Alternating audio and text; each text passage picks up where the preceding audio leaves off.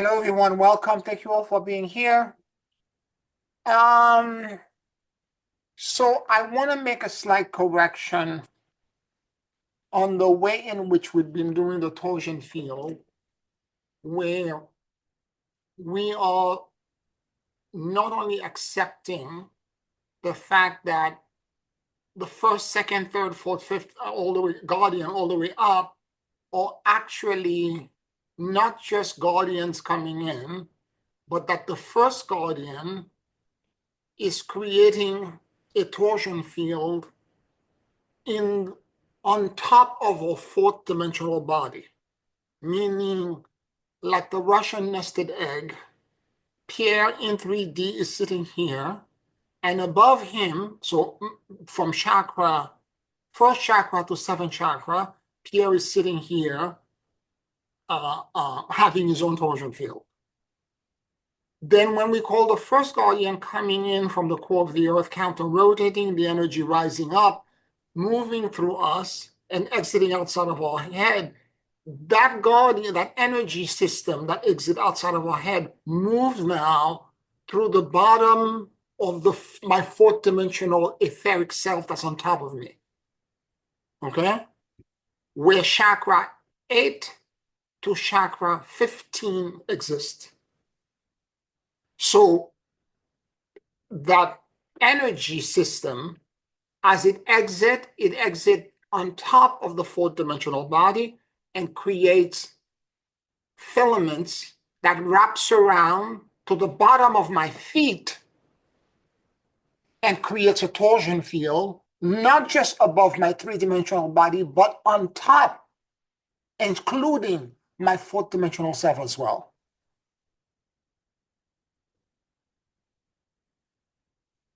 And we have to give time for this expansion to energetically assimilate into our energy body. Once this is done, what we did prior to the email that I sent to all of you, we would add the command and the decree, be gone time and space from Lord Melchizedek. What was happening to me is that as I did this for several months now, 2 or 3 months now, I kept forgetting to say the begone time and space because energetically my body was not prepared to take another leap. And the leap of begone time and space is so big and so immense, I was not prepared for it. And I began to realize, but like a Capricorn, because I'm typically very stubborn and I muscle through everything. I kept on muscling through it. I'm gonna do it. And finally I had to yield and realize, wait a minute, there's a reason why there's a resistance. And I yield into it in our spirit. And God told me, no, Pierre, you're trying to move too fast. So do the new way of understanding that every guardian is a new energetic babushka that has 7 chakras in it. Now, so giving that understanding, when the energy above your head after the first guardian comes in, then above the axis above the top of your fourth dimensional body, the 15th chakra, the axis above your head extends. What it extends into is your entire fifth dimensional body. It extends from chakra 16 now into 22, all the way back to the top of the fifth dimensional body. And when it extends there, it comes in now clockwise rotating, the reverse way, spinning down, passing to chakra 22 to 16, fifth dimensional body, chakra 15 to 8, fourth dimensional body, chakra 7 to 1, three-dimensional body, and it goes into the core of the earth.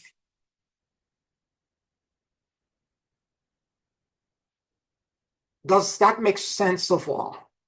Because I'm going to go deeper and I want to make sure that we're getting what I'm trying to say. So this continues all the way back to God. So before we get into this, I want to show you this graphic.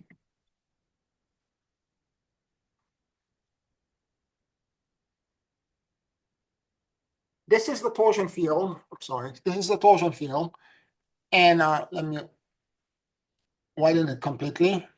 What happened is that if you notice the space above your head and where the torsion field is from here to there is the same it is as from the bottom of your feet to the end of the torsion field. So if there is chakra 8 to 15 above my head, there is equally the same distance, which is about 3 feet. There's equally 3 feet below my foot on the ground. There is an extension of 3 feet, which is the bottom of my 4th dimensional body. So when the 5th dimensional body comes in, as the axis above my head extends from chakra 15, and it extends all the way up into the bottom of the 5th dimensional body, then at that moment, as it extends, counterclockwise, rotate, falling down, passing 5th dimensional body, 4th dimensional body, going into 3-dimensional self. When it goes at the bottom of my feet, it passes through the bottom of the 4th dimensional body, the bottom of the 5th dimensional body. There is equal space. The reason we are doing this is that the balance in all these spaces exists. And the reason we are so disempowered as human beings on earth is that we are, as the Tibetan Buddhism talks about, unconscious tendencies floating in emptiness. What we need in order for us to become full Melchizedek, we need to have conscious immortality, meaning the 3D awareness, which has length, width, and height, creates a volume. Okay? Now we have been talking about the analogy and the volume being basically us standing at the corner of a street. It could be any street in America, all over the world. It could be First Street and 2nd Avenue. Our 5 senses are wired to give us an understanding of our conscious awareness existing in a volume. But when we become aware of our 4th dimensional self, of what we need to do is that we need, instead of worried about the height, the length, and the width, that gives us a sense of the volume we exist in, or the volume that's around us. And I've explained before that the height, for example, can change. For example, I could be standing in the southeast corner of that intersection, but I could be in a subway. So instead of being on the ground, although the length and width is high is correct, but the height could be minus or it could be plus. I could be standing on top of a ladder. And my perception of space, the way I see people below me, or if I'm underground, I'm seeing people above me, is very different. So those 3 coordinates are key to understanding how we relate, how our consciousness relates to what's around us. Conscious immortality adds something else to it, which is when am I in that corner, which is time. Was I there in 1932? Was I there in last week? Was I there at 6 o'clock today? Was I there? Will I be there tomorrow at 8 a.m.? The time becomes important. Therefore, the 4th dimension is a processing and understanding of time, a very different understanding of time. And how time is extremely important, and because space-time are linked together. I can understand the space and have those coordinates and understand that I'm there. But if I begin now to understand time very differently, meaning that I not only foresee and know what's going to happen in the future, but I also understand the past in a completely different way. For example, it could be that you're seeing linearly the potential for a manifestation for something you desire. For example, you can think of, you're thinking of a friend or somebody you desire to meet, or you're doing a vision board for a project that you're working on and all of that, and as you stand specifically in specific geographical coordinate, the universe land you at the right moment in time to have the proper encounter to make sure that the project you're trying to manifest precipitate. That's a fourth dimensional ability. It's not just 3D. Okay? Now, by the same token, I could be also standing thinking about my past and having some sort of trauma, okay, in my childhood. And whatever that trauma, I mean, and again, I want to say this here honestly. Every family have a secret, or two, or three. There are some families where it's sexual abuse. There are others it's infidelity. There are others it's alcohol and drug. There are others it's violence, physical abuse and violence. There are others where it's illegal activities. Whatever it may be, everybody has some secret where they don't want polite society to know that part of their life.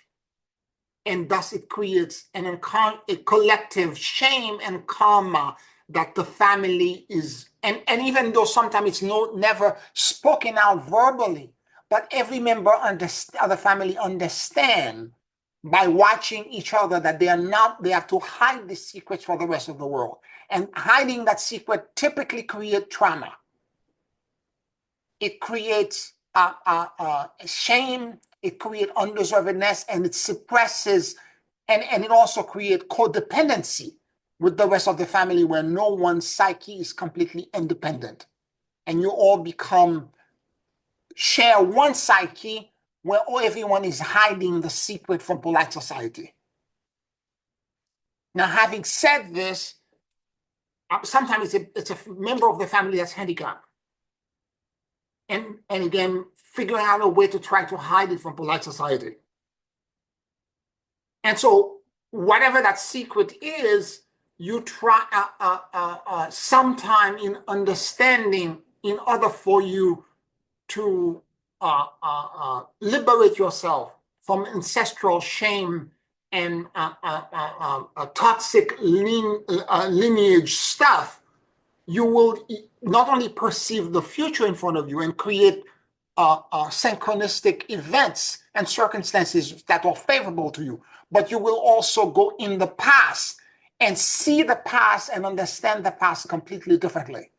Meaning that the situation that were in your past, you begin to discover the real root cause for the trauma that, because if you spend the rest of your life, and I have no clients of mine who have gone to regular talk therapy for years, and 20, 30 years later, they're still, my mother abandoned me. My father was physically abusive to me. And boo-hoo-hoo, they're still crying.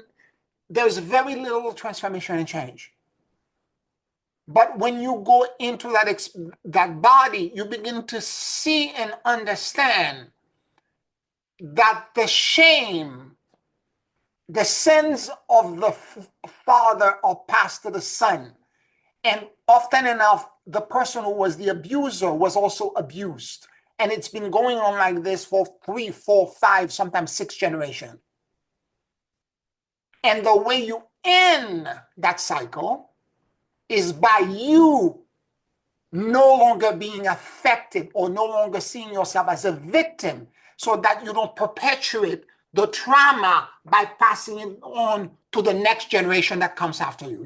Your own children, your cousin, your nephew, your nieces. You don't pass it on. By healing yourself and stopping the cycle of toxicity.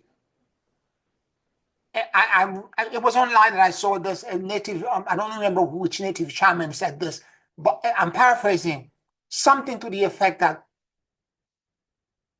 healing trauma is not erasing the past. It's that the trauma no longer stop you.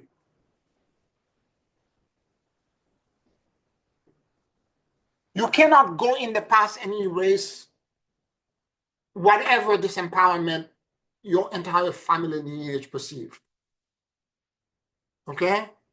But what you can do is that you can go back, you can spin forward now to where you are, the present, and say, that was not correct.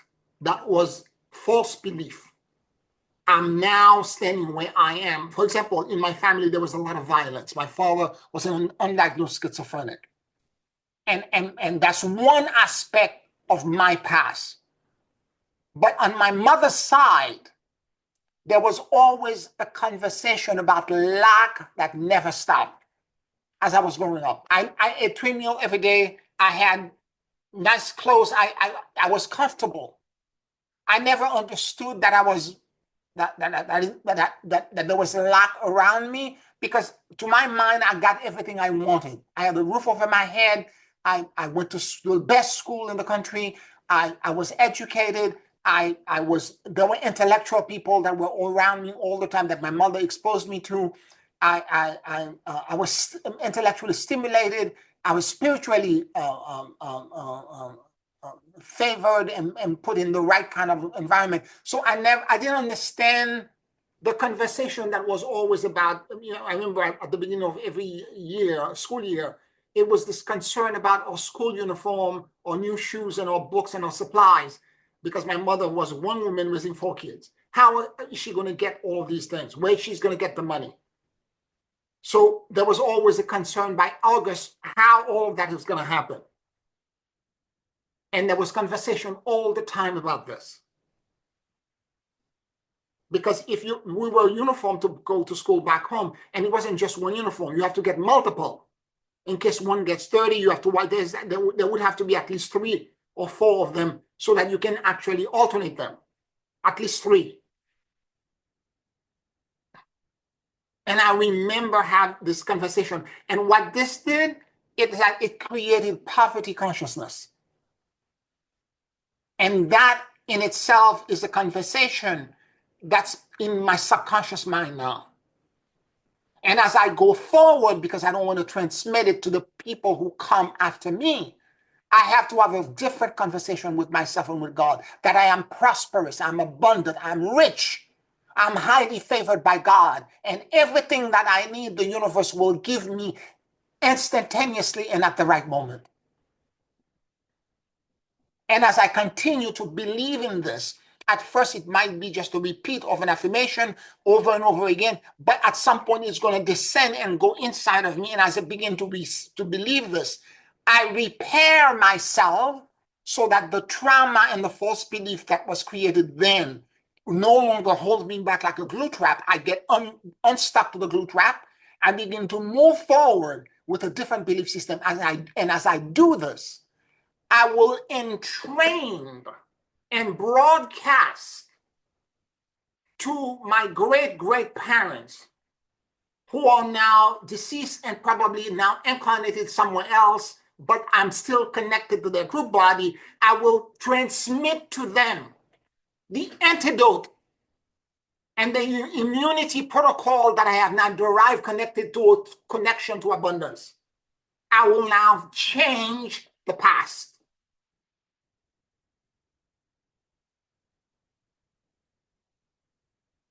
I will have now healed, by healing myself, heal the past and heal whatever it is that they were believing in that was actually toxic and unhealthy and was being transmitted from generation to generation.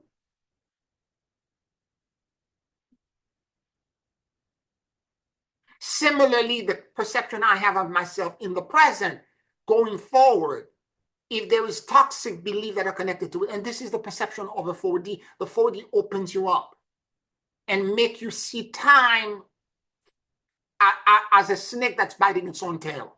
It makes you perceive time not only forward in terms of what you can anticipate and know what's going to happen before it happens, good or bad, you will know it and you will sense it, but you will also go back and understand the past in a completely different way, from a different perspective that will help you heal and understand that false belief that you believe that what you were being told as a child is a false belief.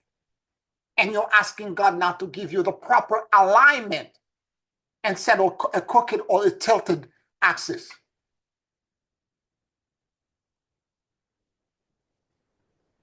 And that will provide you with healing. And the toxic thing that was being believed by your entire family going 4 or 5 generations can heal now. Because you have stopped the transmission of this toxicity. And you're now, because you belong to this group body, you share DNA with them, wherever they are reincarnated somewhere else, they will, through their amygdala, receive the broadcast. Though whether they, when and how they will accept it, it's up to them. But they're going to get the broadcast. And it will be up to them to incorporate it and process it in their own timing.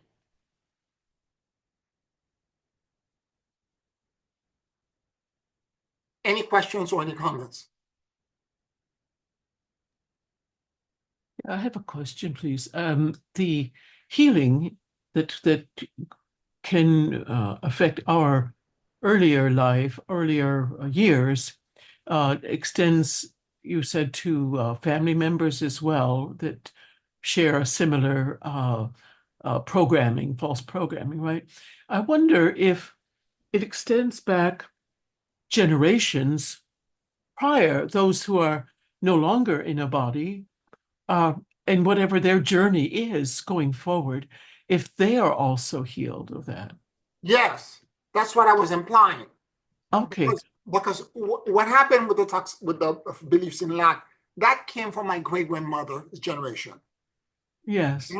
Whereas before, the generation before her dad and her grandfather, they were all multimillionaires. They owned multiple plantations. They were extremely wealthy. And for whatever reason, there was a loss in the fortune, blah, blah, blah. And all of a sudden, from my great-grandmother generation on, it's lack, up to my mother. It's always a concern about not receiving, not having enough. How we're going to do this? There was always worried about the budget and put the spending there and move this there and then do it this way. And there was always that concern. Whereas in the generation of my ancestor, the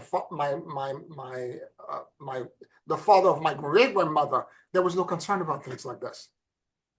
I'm sure that there are many families who would share a similar story. Don't forget the Great Depression, not only of the 1929, but there was in the end of the 1800s a huge depression that would have imprinted on many family members at that point, whether it's great-grandmother or just grandmother that was in the most recent depression. And that imprinting would not be uncommon, I'm sure, for a lot of families. But thank you for clarifying that. I had another question, though, if I may, going back to the different chakras and nested guardians for each of the 12 series of torsion fields that are created. I may be a misunderstanding, but I thought that the first set of guardians were addressing the 4th dimension, that we were the guardians in training, so to speak, for the 3rd dimensional aspect of self. And if that's correct, then the first chakras, the first guardian 1 to 7, the first nested guardians, are the 4D, and then the 12 following that would go up to 15D. You're correct. All right. Okay. You're correct. This is the reason why the first guardian, we are responsible for our own torsion field and being in neutrality, because we are a guardian in training in 3D. Remember, the guardians, it's 12 nested torsion field, it's 12 higher dimension. And what the guardians are doing, what the first guardian does, is that it creates a torsion field, not just around our 3D body, but it extends to the top of the 4D self, which is, and the 4D begins from 8th chakra to the 15th chakra. Okay? This is the reason it comes through the bottom of our feet and pass through all of our 7th chakra and extend beyond that and exit at the top of the 15th dimension, which is the edge or the top of the 4D body. And why? It's because the Pierre that exists in 4D is disconnected currently to me in 3D. I am not volumetrically and consciously aware that I exist in that body. And as such, that body is so separated from me, it may be in a false axis and cockeyed. The first guardian is actually a series of 12 guardians that have achieved neutrality in the 4th dimension that are coming in to temporarily pass on into my 4th dimensional self that may be out of neutrality in 4D, the peace, the neutrality, and the liberation that they know. And sequentially, the next guardian, the second guardian that comes in now, and this is the reason why, as the axis above the head now after the first guardian extends, it extends really from the 15th dimension, and it penetrates the bottom of my 5D body. So it moves from chakra 16 to 22. And when it exits out of 22, then at that moment, that energy, the guardian comes in and it goes counter-rotating and it descends. It descends top of the 5th dimension, which is chakra 22, then chakra 21, chakra 20, all the way down to 16, then 15, then 14, all the way down to 8, then 7, then 5, and all the way down to the first chakra and into the core of the earth. Does that make more sense now, Janice? No, I understood that. Thank you. It was just the number of the dimension that. No, the dimension is actually continuous. So to go back over your point, as this energy continues and drops into the core of the earth, it goes now to the bottom of my feet. Then from the bottom of my feet, it goes to the bottom of the 4D that's below me because it's equal space, and then the bottom of the 5th dimension.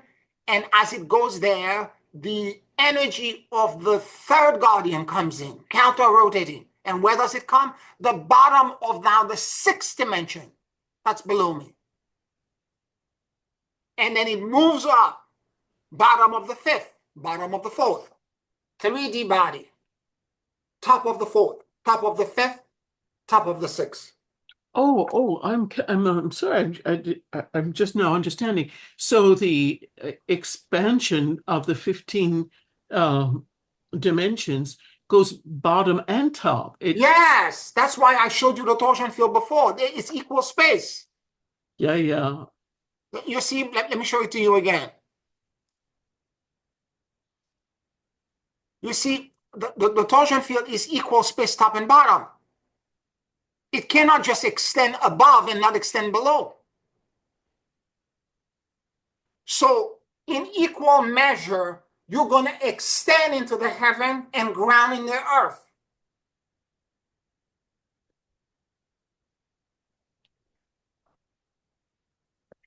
Do you get why we have to go slow now and do it one step at a time?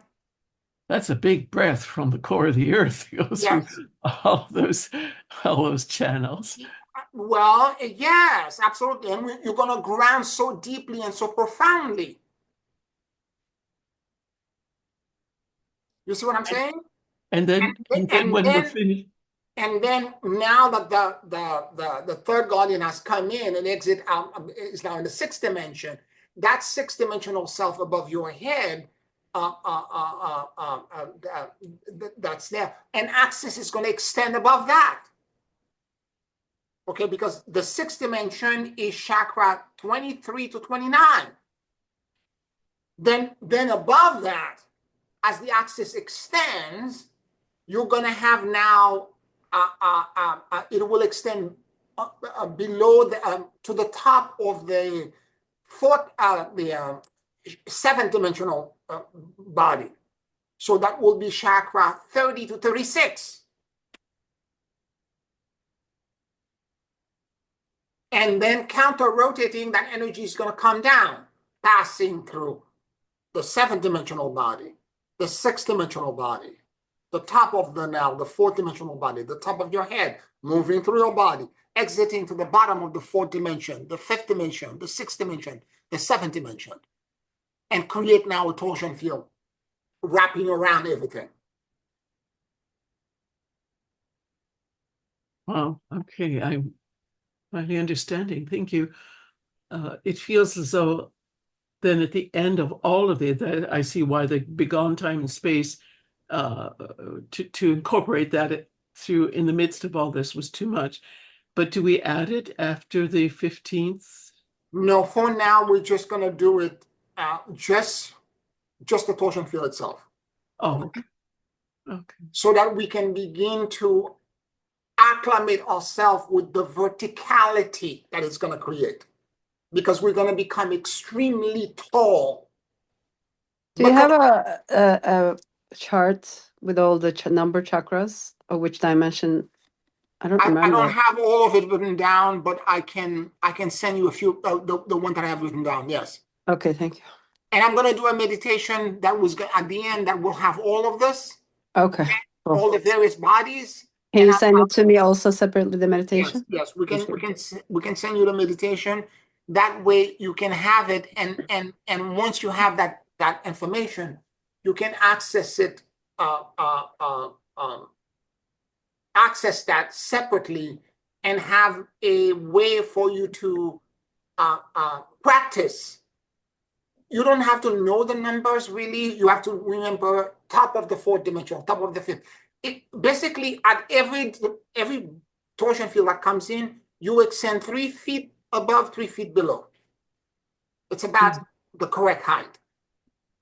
Okay? 3 feet above, 3 feet below, 3 feet above, 3 feet below. And as you do this, it allows consciously for you to be aware how far and how big your body really is. Mm-hmm. So that you can become consciously immortal. And for some people, it might sound like a lot of imagination, but you have said that consciousness is more powerful even than the laws of gravity or the laws of nature. So it's not insignificant that we are, I guess you might say, imagining these all these different guardians and dimensional torsion fields. Well, the proof is in the pudding. After we do the meditation today, tell me how you feel. It's as simple as that. Tired. No, if it's an exercise in imagination, it could be like, well, I don't feel any different. But if you feel extended and tall and at rest, and you feel, because why are we doing this? Because when you extend all the way up to the 15th dimension, you are the celestial axis. You are Melchizedek's Antakarana. What you're doing is that going through all the chakras and all the higher dimension, it's the Antakarana. It's the rainbow bridge that takes you back to God. There is no separation between the various bodies and the dimension. We create the separation because our consciousness cannot process the next elevation that exists from 3D into 4D and from 4D into 5D. And what is the elevation that exists, for example, from 4D to 5D? We were talking about time being linear as a loop and seeing the past, the present, and seeing truth about them. In the 5D, instead of seeing a future, one potential for manifestation, you would see 3 or 4 or 5 simultaneously.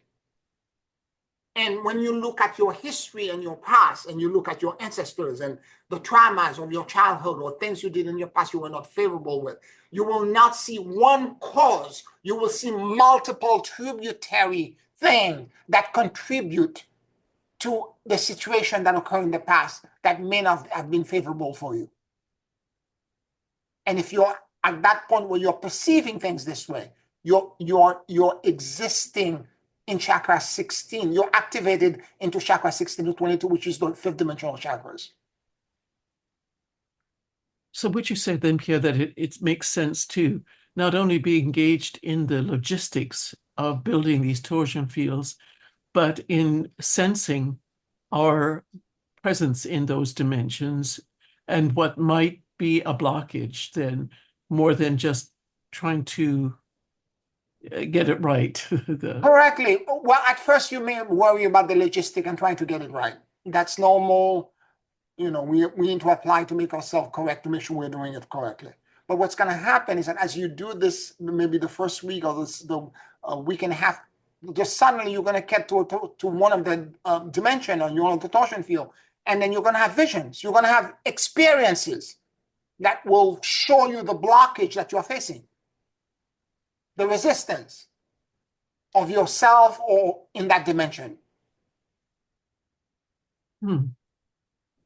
It's going to show up. And then you will know that that's what I need to work on. I've said this to you before, like I used to have a problem with the Ed Guardian.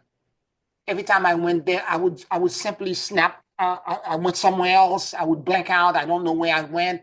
I keep forgetting which number of Guardian I was in and all of that. And there was an issue there. And over time, these things resolve themselves.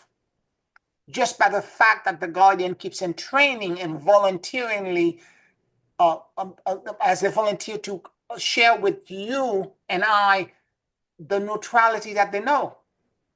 They entrain that part of ourselves that's out of, and you're going to see how I'm going to do it today.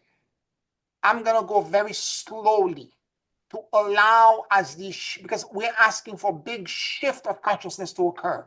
And when we ask bottom of the fourth dimension, top of the fifth, top of the sixth, and bottom of the seventh, I'm going to allow you time to acclimate energetically in terms of frequency and vibration.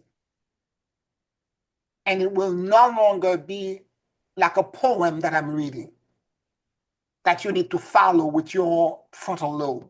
It will be an energetic, real experience that's going to shift your awareness and your consciousness into something else.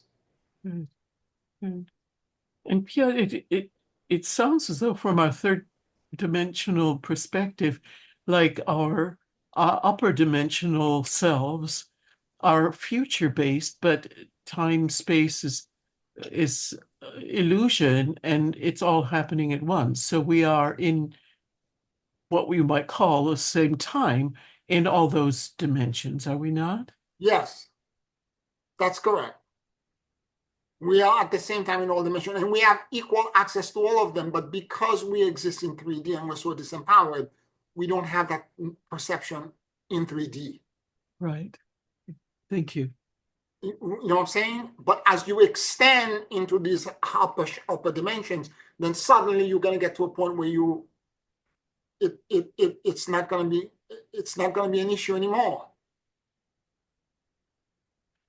You're going to have the access, the instantaneous access. That's why the past comes forward, particularly the part that are still stuck, that you're still stuck on, that's causing you to still be not neutral in 3D, or because your past, because you had all these false beliefs that were incorrect. So whatever they are, they come forward and you are able to heal them. And if our eighth dimensional or seventh dimensional body has an issue of false belief or false program or whatever, does that impact us in our 3D experience now? Yes, because it's still part of yourself that's out of joint. Think of a necklace. It's a necklace missing a bead. It's not continuous. Right. And so by healing that part, and again, don't make any effort. Don't belabor the point and go directly to the eighth dimension and try to figure out and try to linearly figure out how to do it. Just keep doing the practice, and over time, the practice itself would resolve it. Yeah. You will get the insight that you need during the practice, or sometime during contemplation, doing something else. It will come to you. In other words, it's not like a dentian that you have to go into the eighth dimension with a flashlight trying to figure out what that part of you is doing wrong. Okay. You see what I'm saying? Yeah. You need to let it go and let the entrainment that the eighth guardian is providing to allow for the healing to happen organically. And at some point, it's going to happen.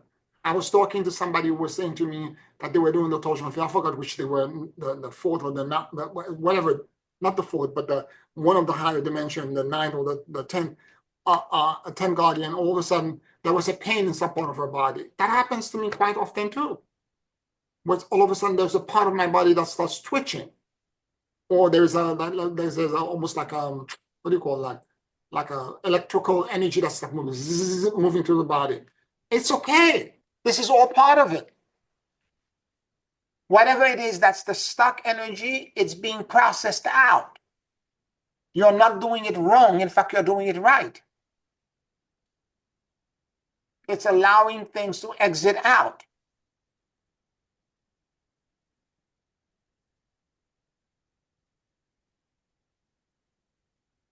Now, part of the reason why you may feel at certain point, like say, for example, in higher dimensions, when the guardians come in higher dimension, that you're passing out, you don't remember where you are, it's because the shift is so big from where you are to where that higher dimension is, you blank out and you don't remember where you are. That's a bardo. Bardo in Tibetan Buddhism translate into a gap in consciousness, a moment where you black out because you cannot transit consciously into one state of awareness into another because the shift is too big. So if that is happening, it's because at that moment you're transiting in something so high, your body has not built up enough. In Tibetan Buddhism, the term that they use to strengthen yourself to be consciously immortal, they call it natural light. You have not built up enough natural light to transit from, let's say, the seventh guardian into the realm of the eighth guardian. Over time of doing the exercise over and over again, you will accumulate enough natural light so that your unconscious tendency in the seventh dimension will be so strong that you will consciously transit from the seventh guardian into the realm of the eighth guardian.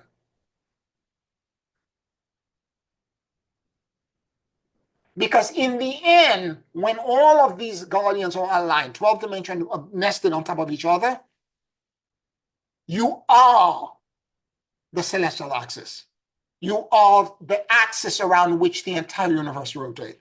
You have become the Antakarana of Melchizedek, which we all are, by the way, because we all are progeny and descendant of Melchizedek. If Melchizedek is the lens between, or the threshold that exists between the uncreated God and physical manifestation, everything that happened from that lens descend from Melchizedek, and Melchizedek is the lens.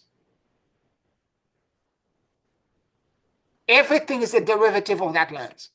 And when the 12th guardian comes in, we are right at that lens now. I did the exercise in the other class, and this other student from Australia had an experience where she saw at the 12th guardian an old man that said, "Oh, somebody's here." And she didn't realize what it was. When she was telling me after we did the meditation, I had to tell her, that's Melchizedek himself you saw. You saw him.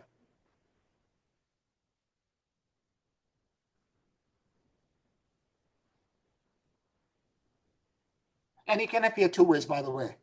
As an old man with light all over him, or as a young, handsome, dark hair, beautiful, like radiant with health and beauty.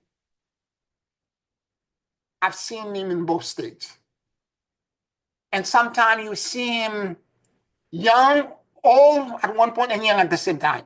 Like he flips back and forth. And particularly when you see him flipping back and forth, you know he is Melchizedek because he's the Alpha, the beginning, and the Omega in the end. He's the lens that allow manifestation, and is the lens that will allow everything to go back into the uncreated.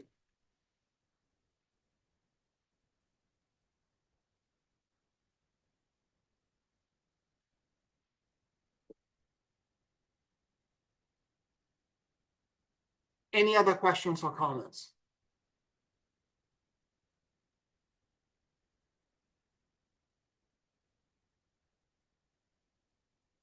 So for me, as a personal experience, the trauma, I told you there was mental illness in my family, and there was a lot of abuse.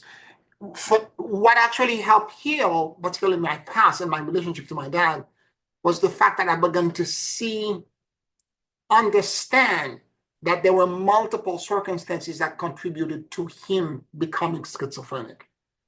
Now, schizophrenia is a brain chemistry imbalance. It's a fracture of the psyche. And that happens typically, people who have schizophrenia do not grow up initially completely schizophrenic. There is typically an experience or several experiences that cause a psychotic breakdown. And at that moment forward, the psyche is completely fractured. And in his instance, his mother died right after his birth, and his father rejected him. And he was raised by friends and neighbors who mistreated him and abused him and treated him horribly like a domestic.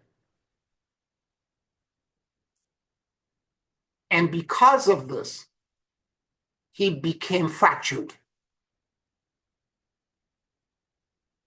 And I have to tell you, I'm so happy that before he transitioned out of this world, I was able to know and understand all this about him.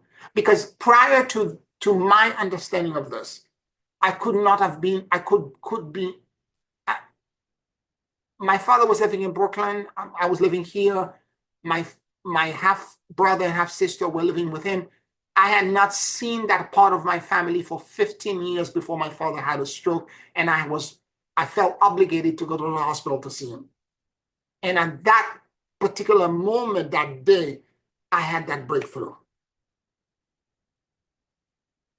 Because I did the Ho'oponopono, I did enough neutrality stuff before I went there, and I realized by the end of the visit, I won't get to all the detail, but at the end of the visit, I realized that my dad was schizophrenic. This is the reason for the violence. And I was funny enough, I was with my half sister at the time. She was dropping me off from the hospital at a train station. And I said this to her. I said, I think my dad was schizophrenic. And then she burst out into tears. It's like when people hear the truth, they know it. She burst out into tears. She went, oh my God, I think I'm having an epiphany. She said, Pierre, this would explain all the violence. My God. And we hugged. We dry our tears. I was crying too. And I got in the train. And when I got home, there were 2 messages from her. She had called me back right away. And I called her back. She said, how did you know to say this? I said, what do you mean? She said, when I got home, what you said was so true to me. I grilled my mother, and she confirmed that for the past 15 years, 15 years ago, my dad got finally diagnosed as being schizophrenic, and he was taking antipsychotic drugs for the past 15 years. And the only reason I knew it's because I was doing the please forgive me, I love you, and I let go to him days before I actually got to the hospital. And not reacting, because my reaction to them, and the reason I didn't see them for so long, I could not be in the same room with him. The memory that kept coming back is him trying to kill my mother, to hurt my mother, to hurt my mother really badly, and my mother being saved by a neighbor that jumped through a window. So that was the experience that I kept on remembering, and I couldn't be in the same room with him. Every time I was around him, I'm like, I gotta go. I can't be with this. I can't be with this man. And that day, something shifted. and I understood all kinds of things about him.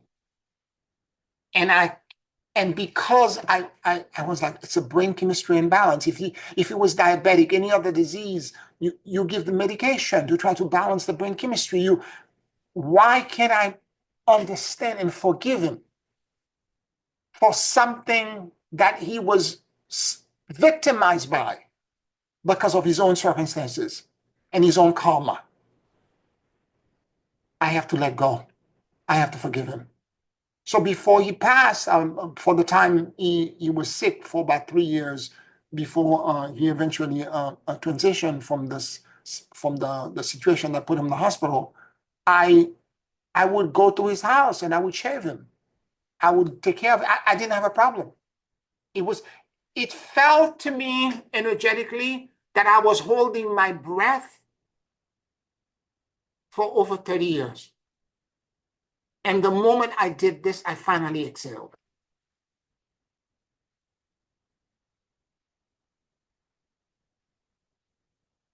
And I felt tremendously better. And I was trying to help my half brother. And I was like telling him what happened to me and all that. He said to me, I said, you can do this too. And I was telling him, Gerald, you can do. He was like, I can't do this for him because I'm still too angry. I'm like, okay, you do whatever you want. But I personally feel a release.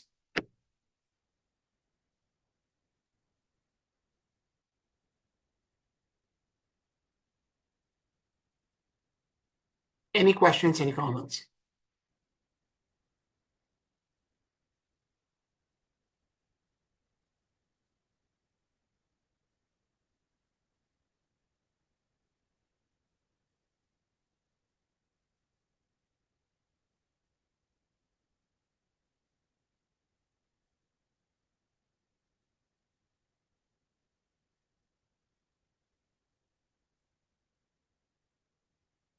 So as we do this, more and more gifts from the higher dimensions are going to come in. So if the 50 brings us in touch with the multiplicity of possibilities that may be in front of us, a lot of times people are talking to me, like I'm coaching them, I'm mentoring them, and they're telling me their story. And as they're telling me what they're telling me, a vignette open up in my consciousness, and I see the multiple possibilities or root cause or reasons for the situation that they're facing. I've said this before, the issue often so if 4D is one linear future that you see, and the way it shows up is that it's not loud. I've said this before. The loud voice that tell you blah, blah, blah, blah, blah, that's not the voice of God. It's a soft vibration and frequency that wash over you that is completely all-knowing. But it's extremely soft. You blink, you're going to miss it. It's extremely subtle and soft, but at the same time all-knowing. And you have to catch it. When the 5D begins to come online for you, and the chakras are all aligning, and you're beginning to now perceive time in a higher perception, what's going to happen is that instead of seeing one thing, you're probably going to see two things that are also softly all-knowing. But the two things are not going to be the same. They're going to be very different from each other. And what is the tendency for all of us light workers when that happens? We ask spirit again, which one is correct? Because we're trying to force the plurality of timeline and potential manifestation into one timeline. And that's a mistake. That means we're being expanded into an understanding of multiple timeline, and we're trying to regress back to one timeline. So when it shows up for you, if it hasn't already, as two experiences, two understanding, that are very different from each other as potential. Witness both of them simultaneously without trying to force them into a linear line. Both things can be true at the same time. Witness them. Don't force them.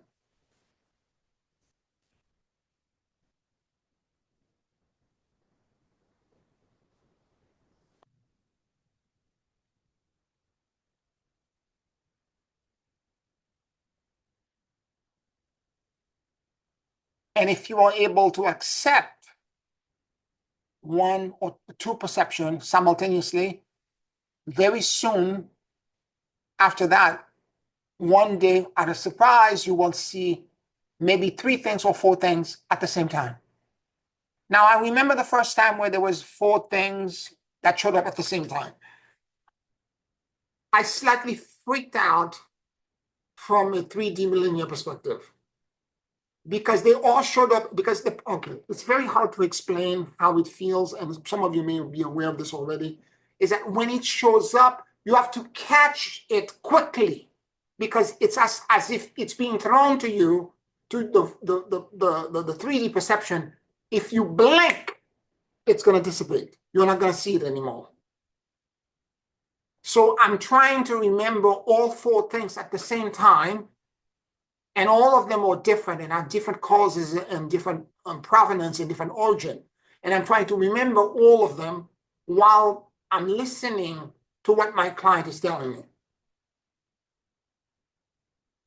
So there was a kind of dissonance initially, but now I'm at a point where I can accept it, because what eventually happens, if you're seeing 4 or 5 different perception or potential for a future event or origin of a specific story, what's going to happen is that often spirit, because all of these multiple things have percentage for manifestation and percentage for contribution to the event. And what eventually happens is that a few of them will drop out, and the ones that spirit considers to be the most important and critical for you to share with the person you're talking to at the moment will remain. Don't control it, catch it to the best of your ability, try to remember, and then eventually it will shut down and become narrower. And then you will see or perceive what you need to perceive so that you can share it with the people in your care.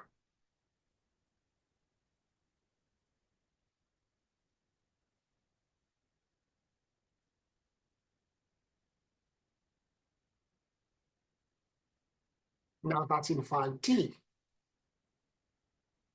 As you continue to evolve and grow, and now you're expanding into the next 7 chakra, which is chakra 23 to 29, into the 6th dimensional body,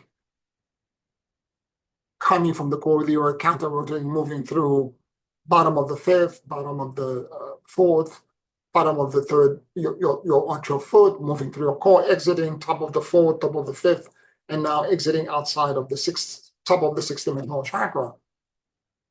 What's going to happen is that you are going to begin to experience not only time and the multiplicity of time, but also bilocation.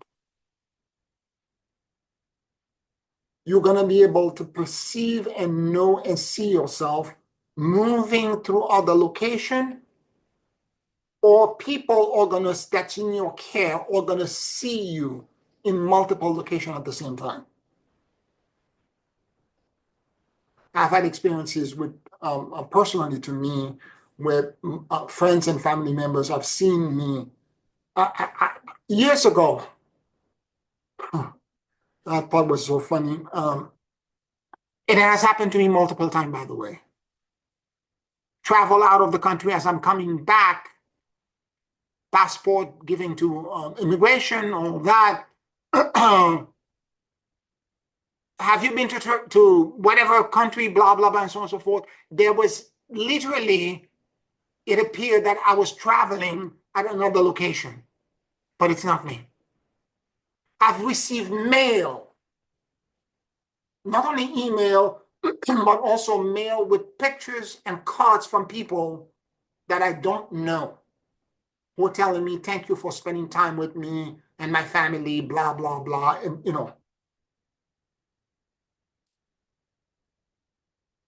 Not consciously, I don't know them.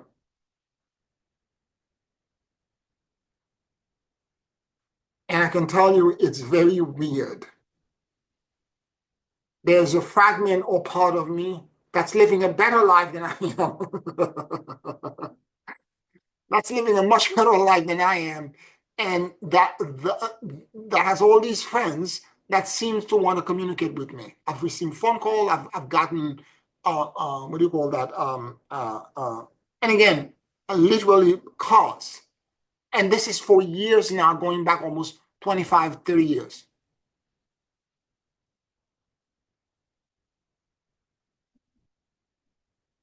But also with my clients and my students,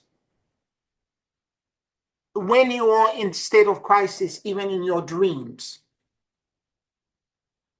if you call to me, I will be there.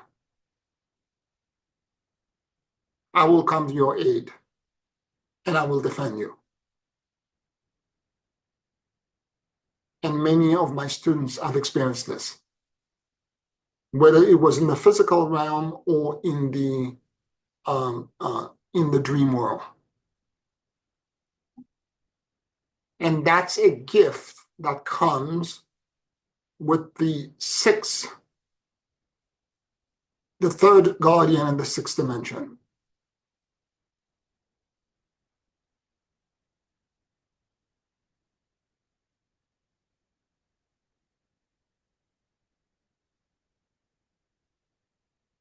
Any questions or any comments?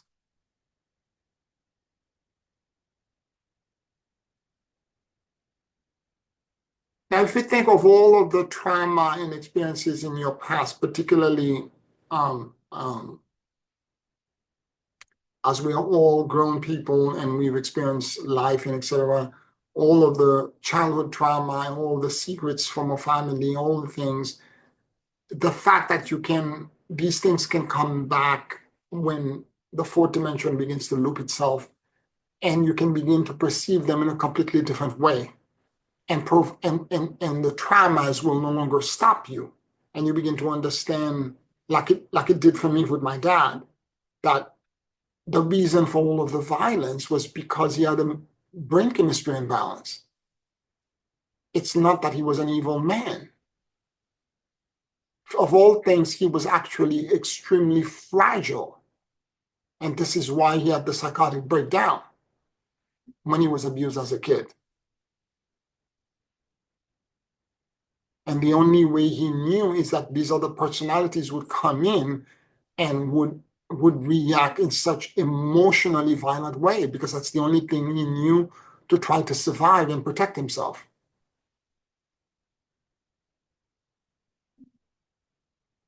I was able to let go of an incredible amount of rage and poisonous stuff that was inside of me against this man, against my father. Some deep, deep healing happened.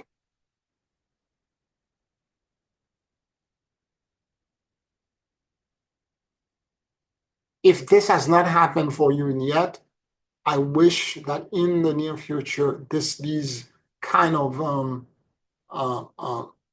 back loop healing occur for you as a way to let go of anvils, of weights that you're holding, that's stopping your ascension and your elevation.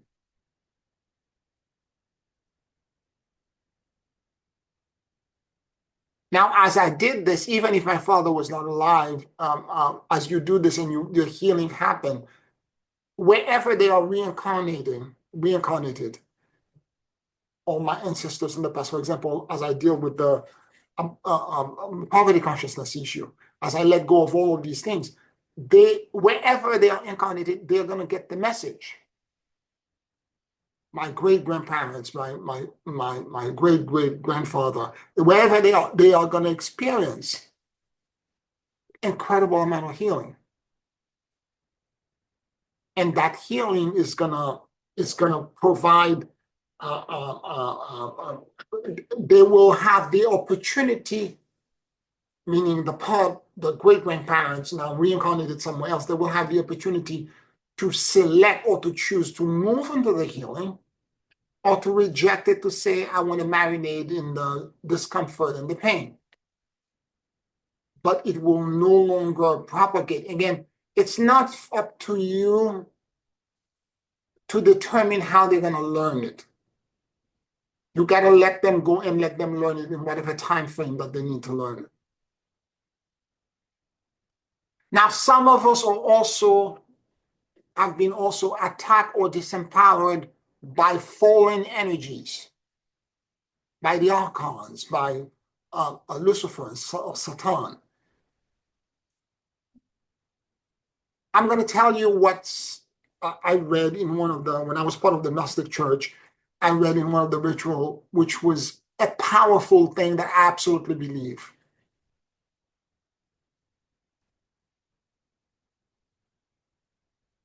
What they call the demiurge, which is a version of Lucifer, which is the king of the world that created everything, is actually what anthropos, meaning us humanity, the anthropos, the original man, to ascend.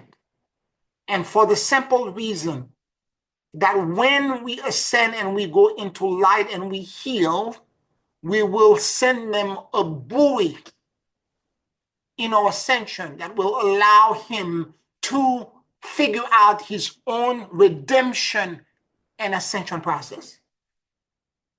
So it is also in the demiurge interest that we too ascend. It's like a Wait, who's going to ascend? Sorry, I missed that part. What? In Gnostic when we ascend? It's in the Gnostic teaching, they talk about what they call the demiurge. The demiurge they call the king of the world. It's the usurper that's trying to create a false kingdom, that's trying to dethrone God. The demiurge is actually Lucifer. Yeah, right. Okay. Okay? Yeah. And the kingdom he's trying to create is the kingdom of this physical world. Yeah. Okay? So he is the one, on the one hand, he's trying to control everything and keep us in prison. Trapped, yeah. Right? But on the other hand, there is a part of him, because he too was a former angel that understood light and liberation. Yes. And that part of him has not died. Remember what I said about trauma. You cannot erase it. The same way you cannot erase the light. So when you and I ascend and elevate, you're going to send a broadcast that's so bright that the part of him that he's trying to suppress is going to illuminate. Lovely. And he will have a choice whether he wants to ascend or not. Yeah. Amazing. Right? That's pretty awesome, yeah. So yet, I have to give you a caution. You cannot take it, because I had a client once that was a lot of battle with these beings for thousands and hundreds of thousands of years, multiple incarnations. And when I was talking about them and, be responsible for yourself and your own ascension. Become empowered for you. Do not try to rescue them like Kuan Yin did, because you are not Kuan Yin yet. If you try to go back to them and try to figure out, this is what my client was trying to do, I feel sorry for the Archon, I feel sorry for them, I'm going to try to help them. The moment you do this, they will see your kindness, as a way for them to penetrate, to continue to agitate you. Make sure you're fully ascended and you're complete. You know, there's a path that's the path of rehabilitation. Ascension, that's the path of rehabilitation. That path, you have to be highly trained to do it. The average person cannot, that's ascending, cannot do it. Simply ascend, simply redeem yourself, simply repair and align yourself to neutrality. And as you do this, your light and your illumination and your liberation will release whatever it wants to release, and that broadcast will be received wherever it is needed. Don't make it a personal mission for you, because the way my client was doing it, it was coming from the sacrifice. The idea of I have to take a bullet for other people. I'm going to give my life for them. For the dark? Yes. Oh my God. No, thanks. Yeah. No. There are people who are like this. I'll take a bullet. Jesus. I have better things to do. Well, no. Listen, Kuan Yin, I know. as the Bodhisattva of compassion, Yeah. she was able to do this, but she did it in a different way. She didn't take their burden. She didn't do a sacrifice. She accelerated their karma and gave them an opportunity to ascend, and it was their choice to ascend or not. Yeah. The truly ascended do not really take karma. People may think that like I know several Indian saints. One of the Amas, Karunamai, is the living incarnation of Goddess Sarasvati, the goddess of Knowledge. music, Yeah. knowledge, and science. Mm. She, and I've seen her multiple times here in New York, she is extraordinary. Okay? And she's able to do things that you would not, that were impossible. So many things have gone to her. When she gives you a blessing and you tell them what you wish to happen. The first time I went to her, I asked her for something that was impossible to happen.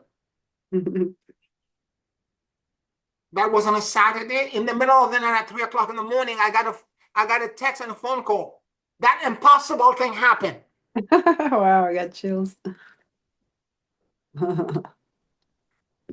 3 o'clock in the morning. It was a phone call and a text. It's like, it happened.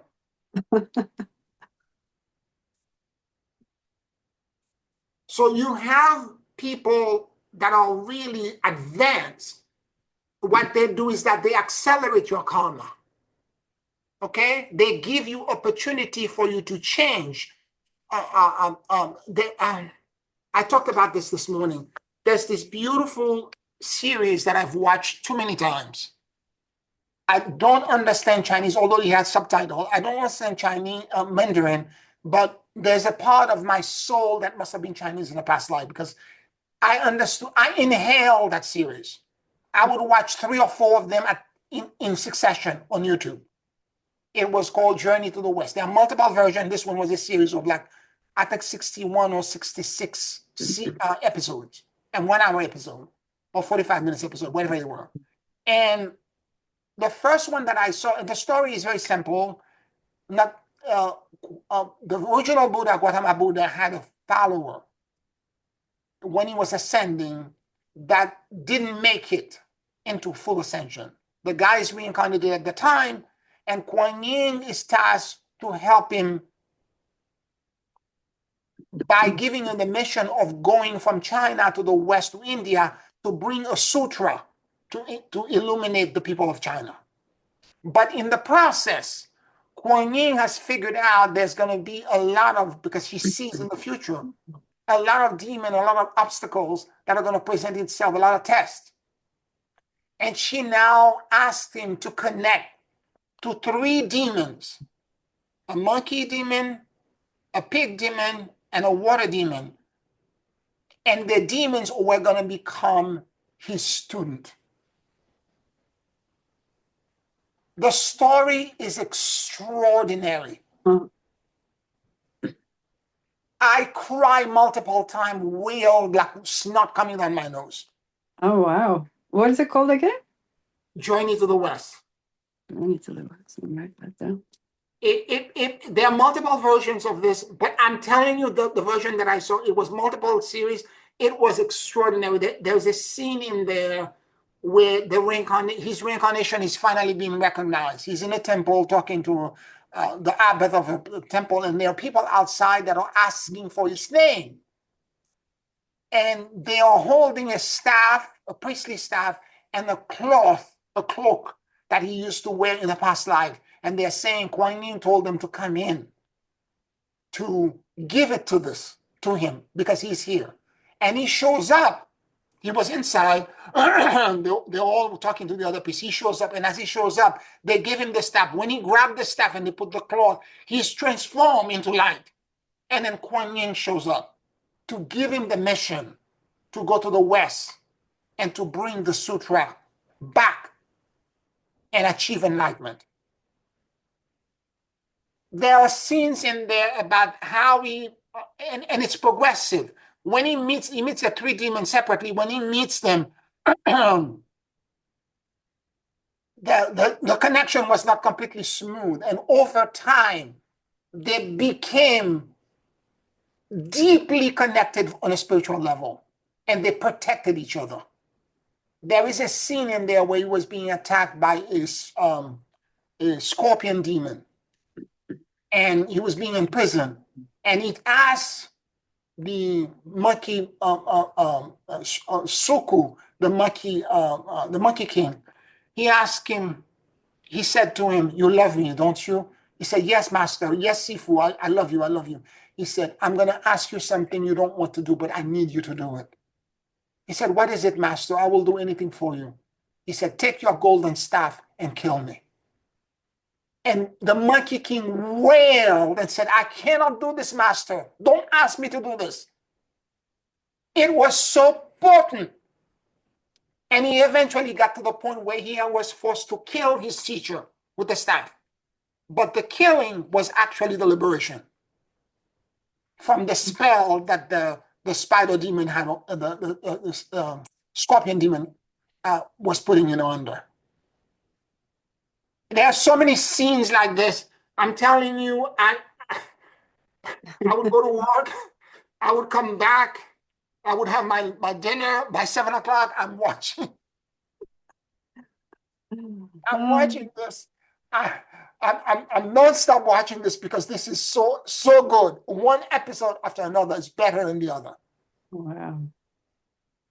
So in the process, in the end, all of them elevated in different level of enlightenment.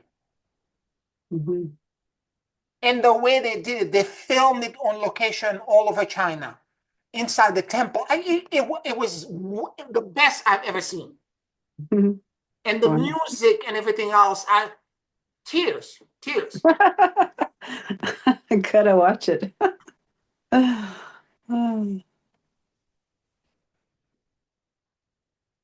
Any other questions or comments? All right, let's take a 5-minute break and then we'll do our closing meditation. 5 minutes.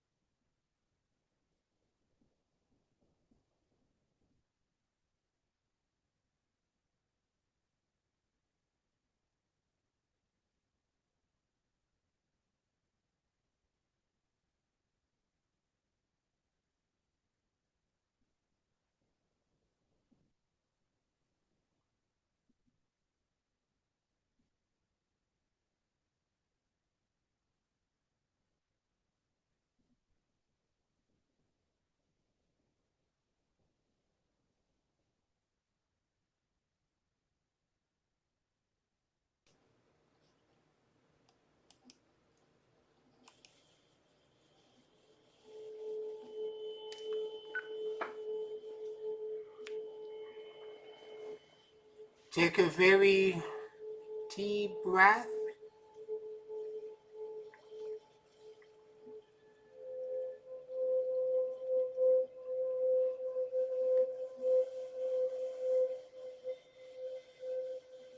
And as you inhale and exhale deeply and slowly,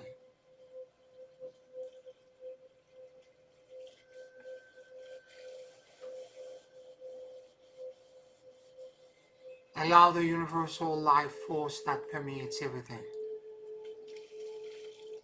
to enter into your lungs.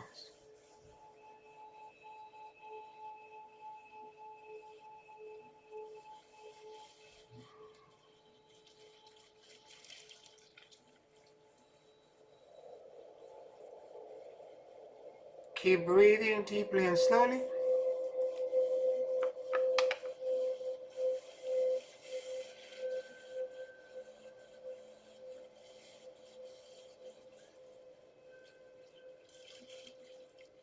And let your soul and your awareness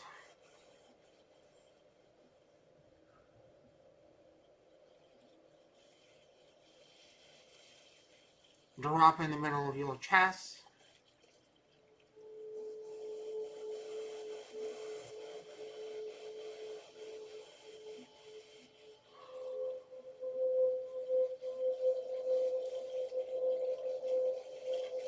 Please forgive me. I love you, and I let go.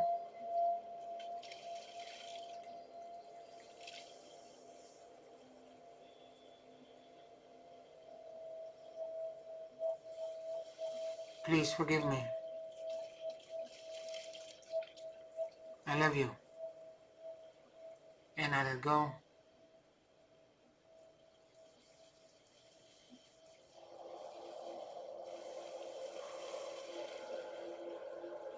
Let your mind and your heart sync with each other.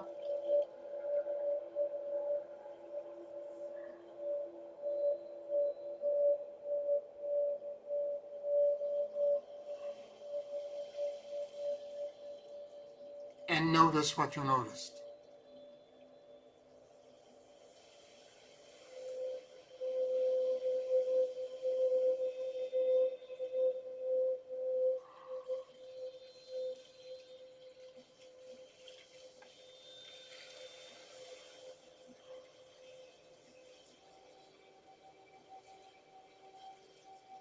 And the guardian alliance of light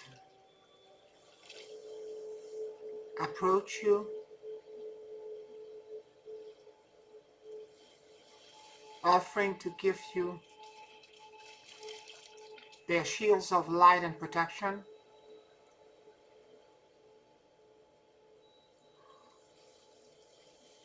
and a band of neutrality.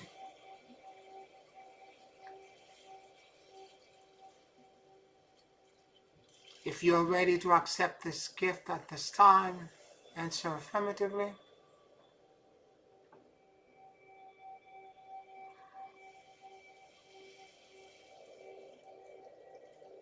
And let the energy of the first guardian begin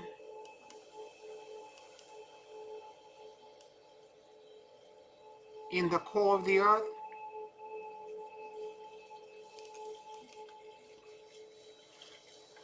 counter-rotating, passing through the bottom of your feet, moving through your entire central axis, exiting outside of your head, and moving upward from your chakra 8 to 15, exiting outside of your fourth dimensional chakra and body, and creating all around you a torsion field of neutrality.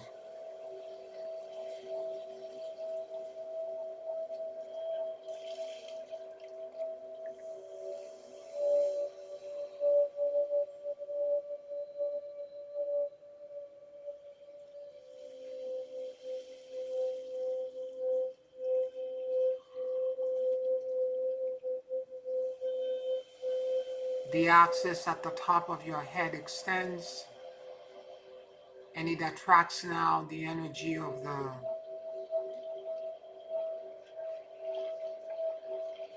second guardian coming in from the top of your fifth dimensional body, rotating clockwise, passing through your fourth dimensional self, your fifth dimensional self, then down to your fourth dimensional self, dropping into the three-dimensional, the top of your head, your core, exiting at the bottom of your feet, going into the bottom of your fourth dimensional body, your fifth dimensional body, and creating all around you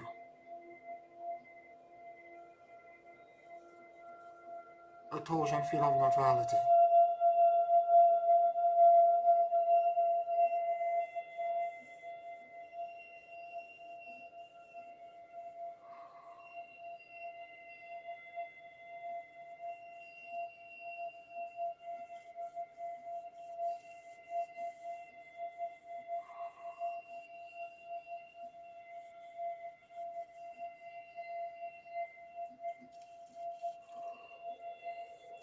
The axis at the bottom of your feet extends,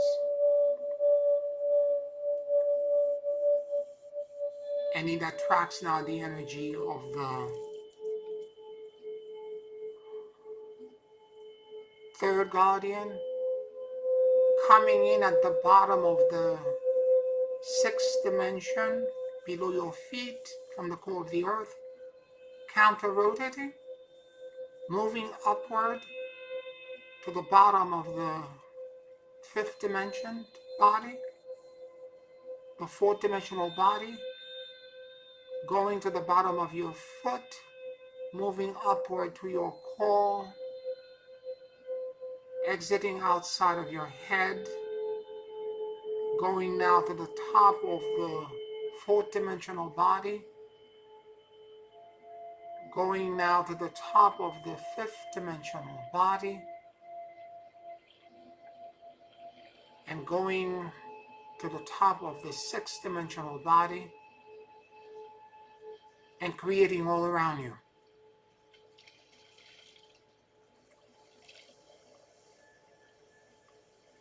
the torsion field of neutrality.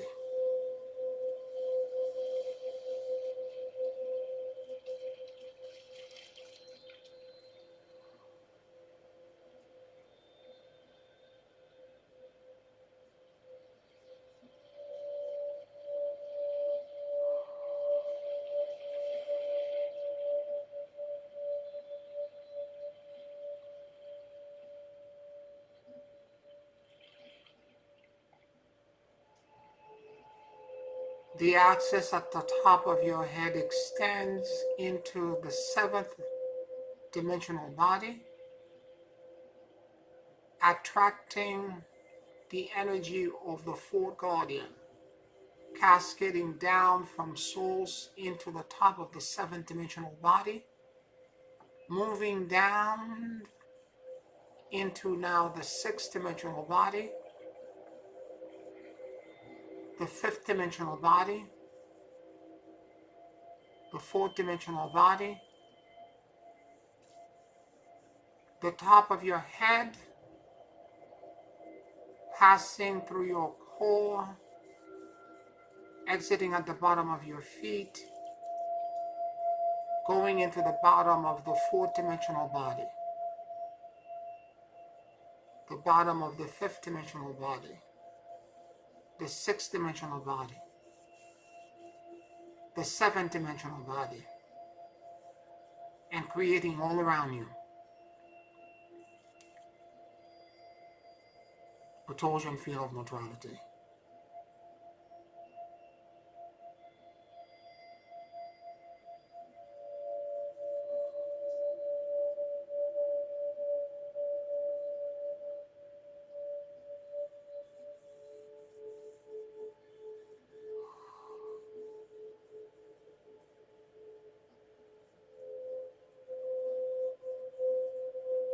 The axis at the bottom of your feet extends and it attracts now the energy of the fifth guardian, counter-rotating, coming in at the bottom of the eighth dimensional body, moving upward into the bottom of the seventh dimensional body, the sixth dimension, the fifth dimension,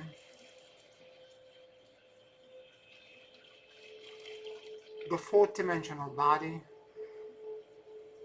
the bottom of your feet, moving through your core, exiting outside of your head, moving upward into the fourth dimensional body, the fifth, the sixth,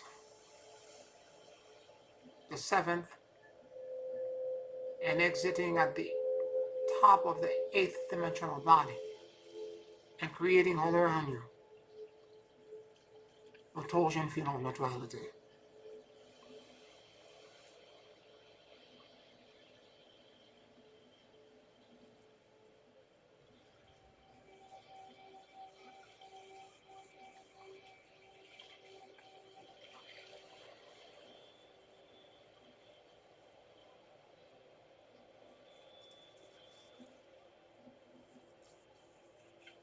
The axis at the top of your head extends.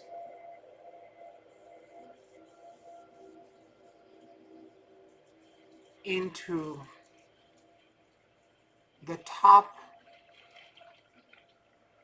of the ninth dimensional body, attracting the energy of the sixth guardian, cascading down from source and dropping through your ninth dimensional self, going down into the eighth, the seventh,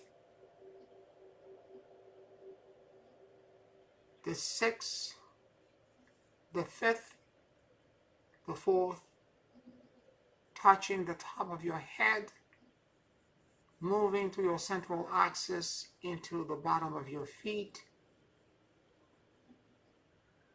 going into the bottom of your fourth dimensional body, the fifth, the sixth, the seventh, the eighth, the ninth, and creating all around you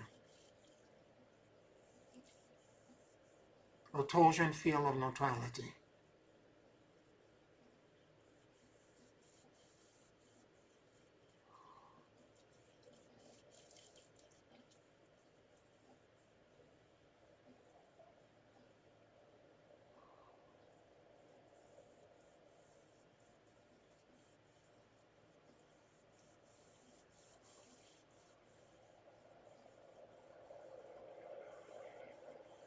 The axis at the bottom of your feet extends, going into the 10th dimensional body, and it attracts now the energy of the seventh guardian coming in from the core of the earth, moving through the bottom of the bottom of your 10th dimensional body, moving upward into the 9th dimensional body, the 8th, the 7th, the 6th, the 5th, the 4th, moving through your bottom of your feet and your core, exiting outside of your head into the top of the 4th dimensional body,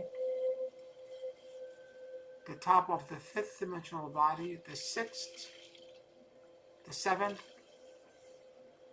the 8th, the 9th, and the 10th dimensional body, and creating all around you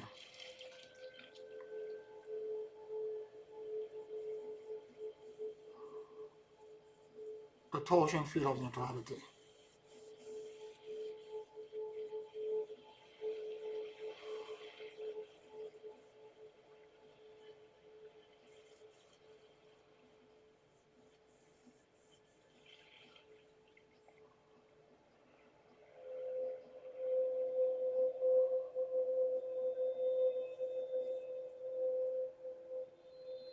The axis at the top of your head extends and it attracts now the energy of the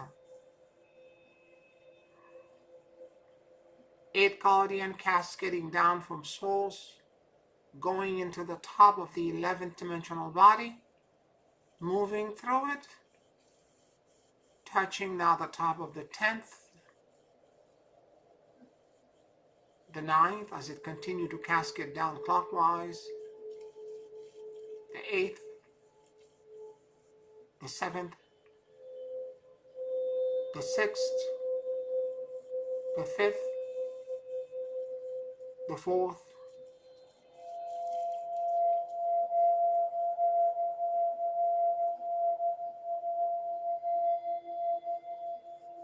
the 3rd,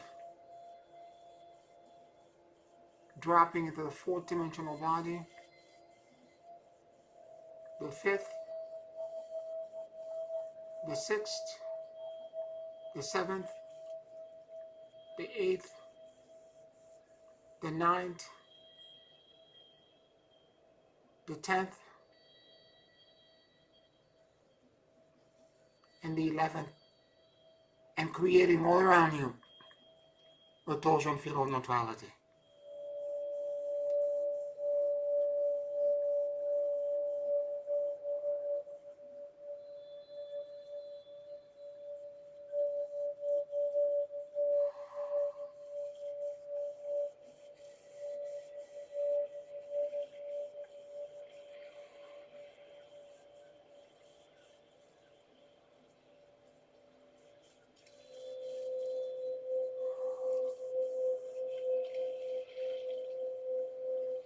The axis at the bottom of your feet extends and it attracts now the energy of the 9th guardian, counter-rotating,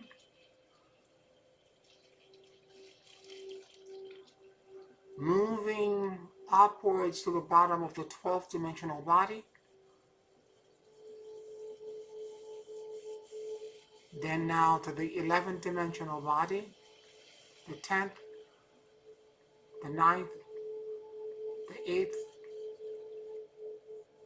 the 7th, the 6th, the 4th, the bottom of your feet, moving through your entire central axis, exiting outside of your head, going now to the top of the 4th dimensional body, the 5th, the 6th, the 7th, the 8th, the 9th, the 10th, the 11th, the 12th, and let it all exit to create all around you a torsion field of neutrality.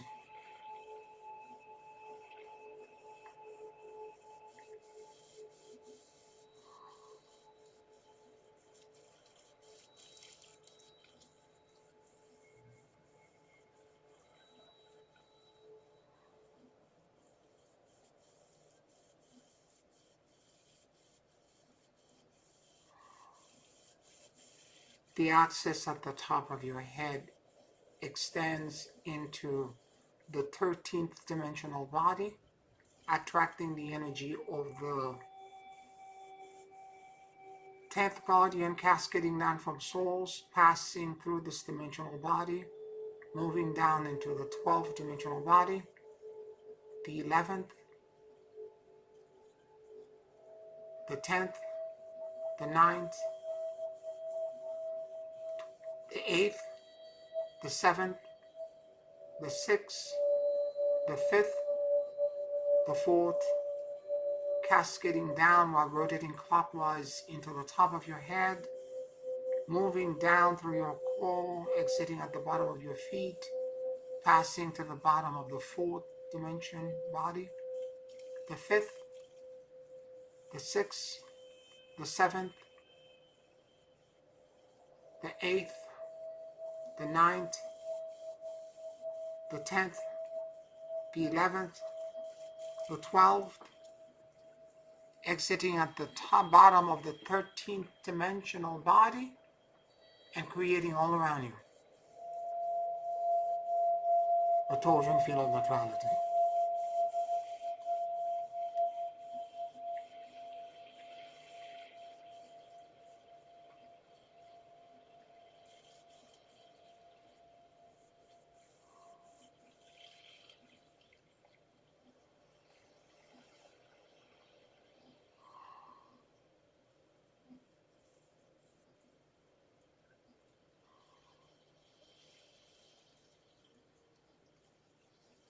The axis at the bottom of your feet extends,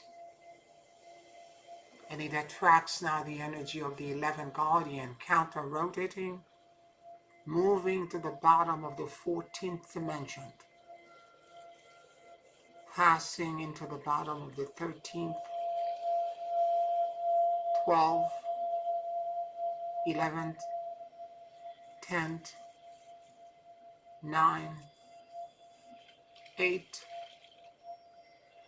7, 6, 5th, and 4th dimensional body, moving now to the bottom of your feet, moving through your core, exiting outside of your head, and going to the top of the 4th dimensional body, the 5th, the 6th, the 7th, the 8th, the 9th, the 10th, the 11th, the 12th, the 13th, and the 14th dimensional body, and creating all around you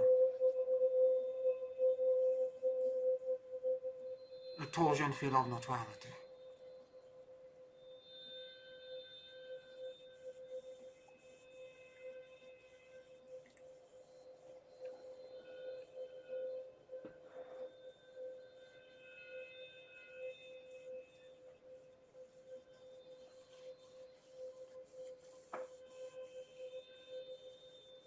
The axis at the top of your head extends and it attracts now the energy of the 12th and final guardian, cascading down from source and reaching the top of the 15th dimensional body, cascading down into the 14th dimensional body, the 13th, the 12th, the 11th, the 10th, the 9th, the 8th, the 7th, the 6th, the 5th, the 4th, and into the top of your head, passing through your entire being, exiting at the bottom of your feet, and going to the bottom of the 4th, the 5th, the 6th, the 7th, the 8th, the 9th, the 10th, the 11th, the 12th, the 13th, the 14th, and the 15th dimension. And let it all create around you a torsion field of non-duality.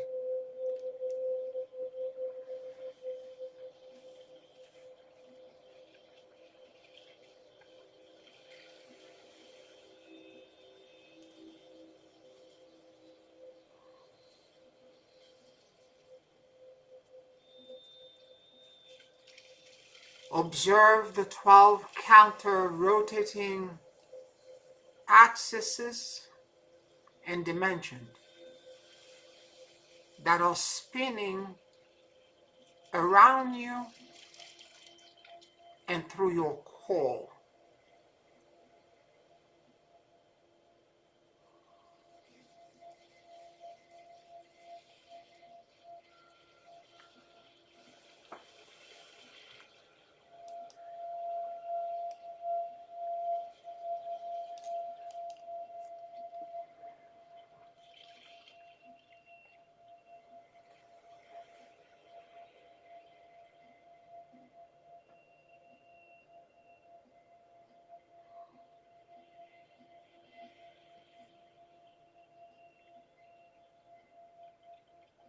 The celestial axis and I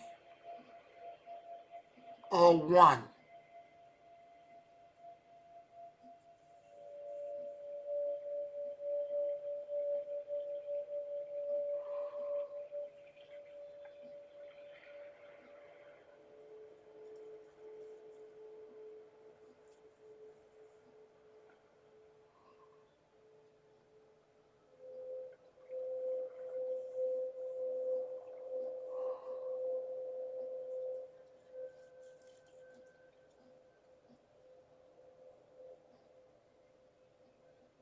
I am Melchizedek.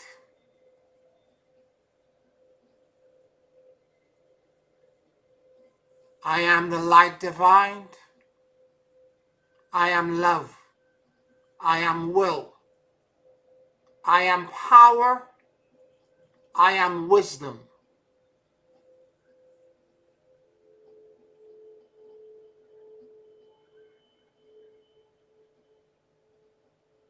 I am fixed, designed.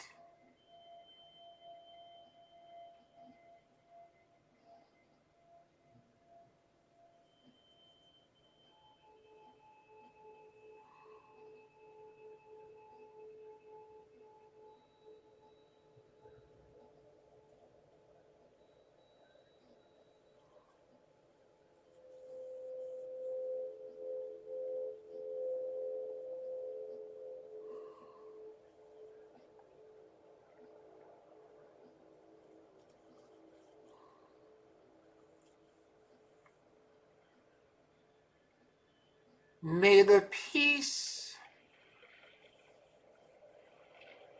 the serenity, the liberation,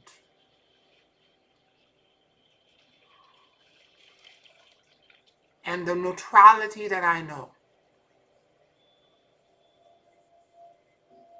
pass on to everyone in my circle of influence. Take a very deep and slow breath.